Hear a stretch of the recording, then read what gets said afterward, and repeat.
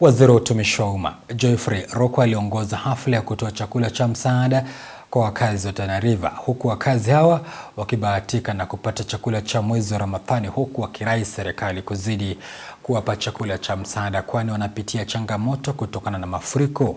Aidha, Wakenya wameraiwa kuwa makini msimu huu wa mvua na ambayo inasababisha kuwepo kwa mafuriko. Mary Kialo na taarifa zaidi.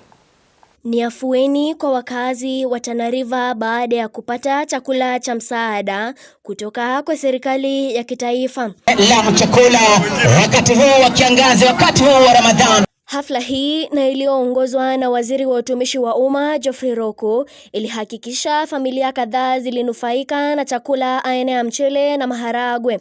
Na ile chakula ambayo imefika hapa itawatosha takriban kila mtu hapa anaweza kutoka na kilo 10 za mchele na kilo 10 za maharagwe.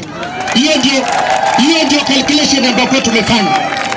Na hiyo itawasaidia wakati wa Ramadhani mpaka wakati wa Eid ikifika wiki ya kesho. Kwa hivyo hiyo ndio mipango ambayo tuko nayo. Wakazi hawa na walioathirika na ukame na sasa mafuriko pia wameirai serikali ya kitaifa kuongeza chakula zaidi cha msaada, kwani si wakazi wote watakaopokea chakula hicho. Lakini waziri, wale ambao tumewafungia nje, unajua hapa ni stadium, wale ambao tumewafungia nje ni wengi zaidi ya hawa.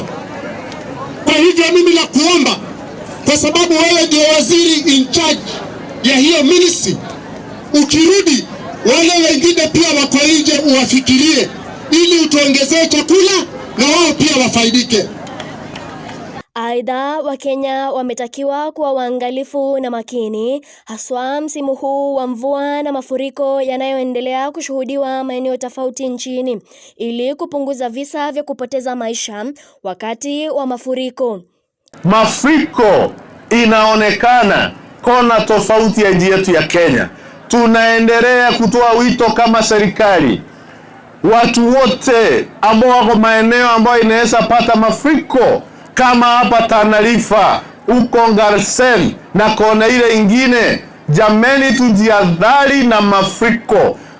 Parapara zile ambazo zimejaa maji, mandaraja ambayo imefurika, tujihadhari tusije tukafuka hiyo mandaraja kwa miguu, kwa gari, kwa bodaboda ama kwa kupepwa kwa mgongo na wale ambao wanasema wao ni hodari, wanaweza fuka hata kama mto imefurika. Jameni, lazima tujihadhari.